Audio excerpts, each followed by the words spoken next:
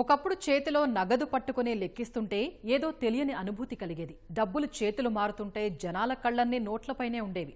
ఒక్కోసారి వాటిని ఇంట్లో దాచుకోవాలన్నా, జేబుల్లో పెట్టుకుని తిరగాలన్నా కాస్త భయంగా ఉండేది. డబ్బుల కోసం గంటల తరబడి బ్యాంకుల వద్ద వరుసలో నిలబడి జనాలకు చిరాకు వేసేది. నేడు ఆ పరిస్థితి చాలా తక్కువగా కనిపిస్తోంది. దీనికి ప్రధాన కారణం డిజిటల్ లావాదేవీలు గణనీయంగా పెరగడమే.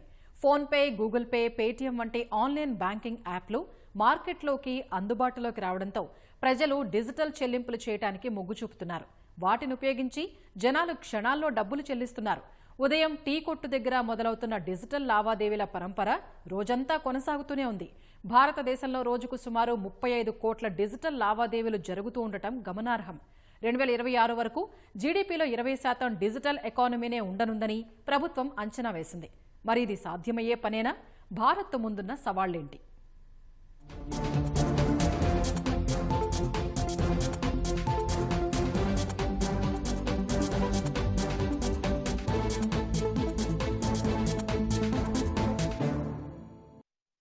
ప్రపంచ ఆర్థిక వ్యవస్థలో విదేశాలతో పోటీ పడటం సహా దేశంలోని ఆర్థిక లావాదేవీలను సునాయాసం చేయడానికి ప్రధాని నరేంద్ర మోదీ 2015లో డిజిటల్ ఇండియా కార్యక్రమాన్ని తీసుకొచ్చారు. అప్పట్లో ఎవరూ అంతగా ఆసక్తి చూపకపోయినా ప్రస్తుతం యూపీఐ పేమెంట్ల వినియోగం తారాస్థాయికి చేరడంతో డిజిటల్ ఎకానమీ జోరు పెరిగింది. 2014లో జీడీపీలో డిజిటల్ ఆర్థిక వ్యవస్థ సుమారు 4% ఉండేదని కేంద్ర సమాచార సాంకేతిక నైపుణ్యాభివృద్ధి శాఖ మంత్రి రాజీవ్ చంద్రశేఖర్ తెలిపారు. కానీ ప్రస్తుత జీడీపీలో డిజిటల్ ఎకానమీ వాటా 11% పెరిగిందన్నారు. ప్రపంచ దేశాలతో పోలిస్తే భారత డిజిటల్ ఎకానమీలో వేగంగా వృద్ధి చెందుతోంది. 2026 నాటికి దేశ జీడీపీలో 20% డిజిటల్ ఆర్థిక వ్యవస్థ చేరనుందని అంచనాలు ఉన్నాయి. దీనికి సంబంధించి ప్రధాని మోదీ మార్గదర్శకాలు ఇచ్చినట్లు కేంద్ర మంత్రి రాజీవ్ చంద్రశేఖర్ తెలిపారు. అటు డిజిటల్ ఎకానమీలో భారత్తో పోటీ పడుతున్న దేశాలను సమర్థవంతంగా ఎదుర్కోవాలని కేంద్రం భావిస్తోంది.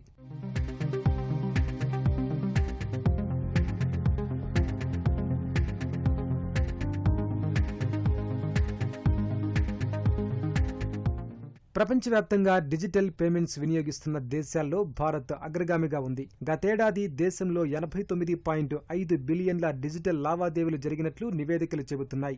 దీని తర్వాత బ్రెజిల్ 29.2 బిలియన్లతో రెండో స్థానంలో ఉంది. చైనా 17.6, థాయిలాండ్ 16.5, దక్షిణ కొరియా 8 బిలియన్లతో తర్వాత స్థానాల్లో ఉన్నాయి. ఇకపోతే గ్లోబల్ రియల్ టైం లావాదేవీల్లో భారత్ వాటా 46%గా ఉంది. అయితే మొదటి 5 దేశాలలో మిగతా 4 దేశాల వాటా శాతం మొత్తాన్ని కలిపినా ఇండియా కంటే తక్కువగానే ఉండటం గమనార్హం. ఒక విధంగా ఇది భారత డిజిటల్ ఆర్థిక రంగానికి వన్నె తెచ్చే అంశం. ప్రపంచంలో 5వ అతిపెద్ద ఆర్థిక వ్యవస్థగా భారత్ అభివృద్ధి చెందిందని కేంద్ర మంత్రి నిర్మలా సీతారామన్ రాజ్యసభలో వెల్లడించారు. గతంతో పాటు ఇప్పటి గణాంకాలను పరిశీలిస్తే ఆర్థిక రంగంలో డిజిటల్ లావాదేవీల పాత్ర ప్రధానమైనదని నిస్సందేహంగా చెప్పవచ్చని ఆర్థిక నిపుణులు చెబుతున్నారు. క్యాష్లెస్ ట్రాన్సాక్షన్ వల్ల ప్రభుత్వానికి మరియు పబ్లిక్ కూడా కొంత అడ్వాంటేజ్ ఉంది. ప్రభుత్వానికి ఏంటంటే ఇప్పుడు ఫర్ ఎగ్జాంపుల్ ఒక కరెన్సీ నోట్ని ముద్రించాల్సిన అవసరం తగ్గిపోవచ్చు ఫ్యూచర్లో.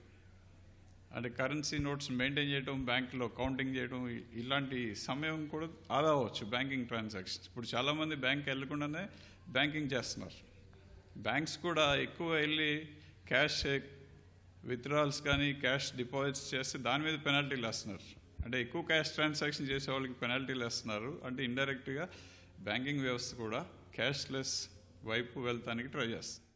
దేశంలో మొబైల్ డేటా తక్కువ ధరకే లభిస్తుండటం వల్ల భారత్ డిజిటల్ లావాదేవీల్లో ప్రథమ స్థానంలో నిలిచిందని ప్రధాని మోదీ అన్నారు. అందుకే గ్రామీణ ఆర్థిక వ్యవస్థ సైతం డిజిటల్ గా మారుతోందన్నారు. కూరగాయలు, కిరాణా దుకాణాలు, సినిమా హాళ్లు, హోటళ్లు, షాపింగ్ మాల్స్ వంటి వ్యాపార సముదాయాల్లో యూపీఐ పేమెంట్లను విచ్చలవిడిగా వినియోగిస్తున్నారు. ఎంతలా అంటే మానవాళి జేబులో డబ్బులు పెట్టుకోకుండా దేశమంతా తిరిగే స్థాయికి డిజిటల్ లావాదేవీల సేవలు అందుబాటులోకి వచ్చాయి.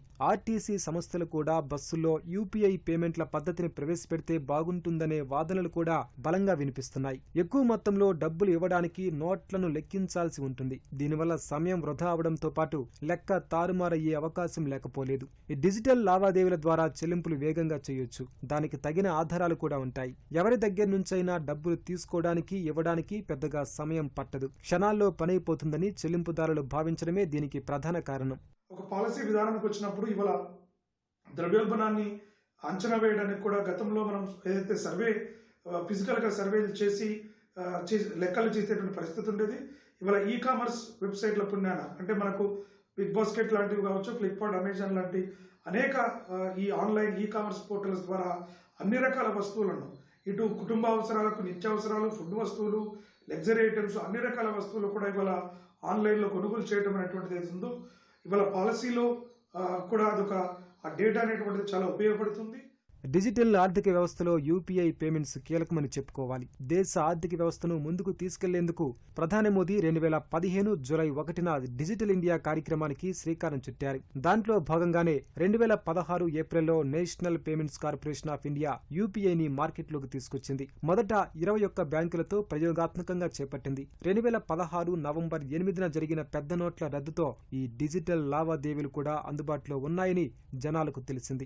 దాంతో డిజిటల్ లావాదేవీల కోసం మార్కెట్లోకి వచ్చిన phone pay, Google pay, Paytm వంటి యాప్లు అనతి కాలంలోనే మంచి గుర్తింపు పొందాయి. కరోనా సంక్షోభంలో వీటి వినియోగం విరివిగా పెరిగింది. ప్రస్తుతం దేశంలో 75% రిటైల్ డిజిటల్ లావాదేవీలే జరుగుతున్నాయి. సుమారు 7 కోట్ల మంది వ్యాపారులు యూపీఐని ఉపయోగిస్తున్నారు. 25 కోట్లకు పైగా క్యూఆర్ కోడ్లు యాక్టివ్ గా ఉన్నాయి. దాదాపు 33 కోట్ల మంది ప్రజలు నిత్యం యూపీఐ చెల్లింపులు జరుపుతున్నారు. అంతేకాక బ్యాంకులు సైతం తమ వినియోగదారులను ఆకట్టుకునేందుకు మొబైల్ బ్యాంకింగ్ యాప్లు తీసుకొచ్చాయి. యూపీఐ లావాదేవీల కోసం మార్కెట్లోకి వచ్చిన కొన్ని యాప్ల ద్వారా పెట్టుబడులు కూడా పెట్టుకునే ఆస్కారం ఉంది. ఇటీవల వాట్సాప్ లో కూడా పేమెంట్స్ చేసుకునే విధంగా దాని మాతృ సంస్థ మెటా వెసులుబాటు కల్పించింది. గవర్నమెంట్కి ఎవరు ఏ ట్రాన్సాక్షన్ చేస్తున్నారో ట్రాక్ చేసే అవకాశం లభించి దీనివల్ల ఫ్యూచర్లో ట్యాక్స్ కలెక్షన్స్ పెరగవచ్చు.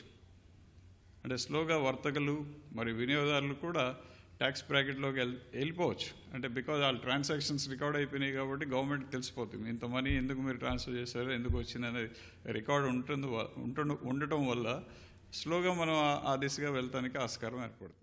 డిజిటల్ లావాదేవీలు మరింత పెంచేందుకు రిజర్వ్ బ్యాంక్ ఆఫ్ ఇండియా కీలక నిర్ణయం తీసుకుంది. ఇదివరకు యూపీఐ ద్వారా ₹1,00,000 మాత్రమే పంపించే అవకాశం ఉండగా ద్వైమాసిక ద్రవ్య పరపతి విధాన నిర్ణయాల్లో భాగంగా లావాదేవీల పరిమితిని పెంచింది. ఆసుపత్రులు, విద్యా సంస్థలకు యూపీఐ ద్వారా చేసే చెల్లింపుల పరిమితి, రికరింగ్ చెల్లింపుల కోసం ఇచ్చే ఈ మ్యాండేట్ మొత్తాన్ని పెంచింది. దీంతో ఆసుపత్రులు, విద్యా సంస్థల్లో యూపీఐ ద్వారా ఒకేసారి 5 లక్షల వరకు చెల్లించే వెసులుబాటు కల్పించింది. దాంతో పాటు ఈ మ్యాండేట్ పరిమితి 15,000 మాత్రమే ఉండగా తాజాగా దానిని ₹1,00,000 పెంచింది. ఇంతకు ముందు ఆటో డెబిట్ లావాదేవీ విలువ 15,000 దాటినట్లయితే అడిషనల్ ఫ్యాక్టర్ ఆఫ్ అథెంటికేషన్ కింద వినియోగదారులు అనుమతి ఇవ్వాలి. తాజా నిర్ణయంలో ఎలాంటి అథెంటికేషన్ ఇవ్వాల్సిన పని లేదు. ఫలితంగా మ్యూచువల్ ఫండ్ సబ్స్క్రిప్షన్, బీమా ప్రీమియం, క్రెడిట్ కార్డుల బిల్లుల చెల్లింపులకు ప్రత్యేకంగా అనుమతి ఇవ్వాల్సిన పని లేదు.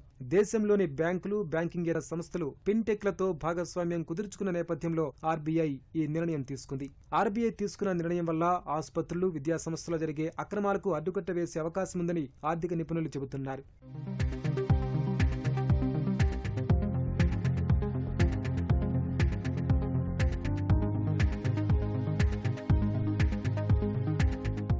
యూనిఫైడ్ పేమెంట్ ఇంటర్ఫేస్ యూపీఐ పేమెంట్లు భారీగా పెరుగుతోన్నా వాటి మోసాలు కూడా విజృంభిస్తున్నాయి. ఆన్లైన్ లావాదేవీలు చేసేటప్పుడు ఏమాత్రం జాగ్రత్తగా లేకపోయినా మన అకౌంట్లలో ఉన్న మనీ అంతా మోసగాళ్ల చేతుల్లోకి వెళ్లిపోతుంది.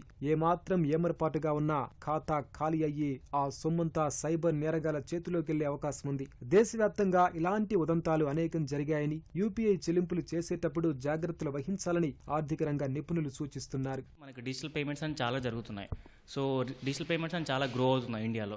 సో గ్రో అవుతుంది, బట్ ఏంటంటే జనాల కన్నా అవేర్నెస్ లేదు ఎలా జరుగుతుంది అండ్ చాలా ఫ్రాడ్స్ అని జరుగుతున్నాయి. సో మీరు దాని నుంచి ఎలా సెక్యూర్ ఉండాలంటే ఫస్ట్ ఆఫ్ ఆల్ మీకు ఎలాంటి ఓటీపీస్ అని మీరు ఎవరికి షేర్ చేయొద్దు. అండ్ మీరు ఎలాంటి లింక్స్ వచ్చినా కానీ లింక్స్ అనేది అసలు ఓపెన్ చేయొద్దు అనమాట ఫస్ట్ థింగ్. అండ్ మీకు ఓటీపీస్ అయినా, లింక్స్ అయినా, అండ్ ఇక్కడ నుంచి కొరియర్ నుంచి వాళ్ళు కాల్ చేశారు, ఓటీపీ చెప్పండి, అండ్ మాకు ఫోన్పేలో ఒక రిక్వెస్ట్ వస్తుంది, దాన్ని యాక్సెప్ట్ చేయండి. సో అలాంటివి మీరు యాక్సెప్ట్ చేయొద్దు అనమాట ఎప్పుడు కూడా. ఎందుకంటే మనం ఎప్పుడైనా ఫోన్పే ఓపెన్ చేసినప్పుడు మనం మనీ సెండ్ చేసినప్పుడు మాత్రమే యూపీఐని ఎంటర్ చేయాల్సి ఉంటుంది. బట్ మనం మనీ అని తీసుకున్నప్పుడు యూపీఐని ఎంటర్ చేయాల్సిన అవసరం లేదు. సో ఇలాంటి టర్మ్స్ అని మీరు గుర్తుంచుకుంటే మీరు ఈ సైబర్ ఫ్రాడ్స్ అన్ని ఈజీగా అవాయిడ్ చేయొచ్చు.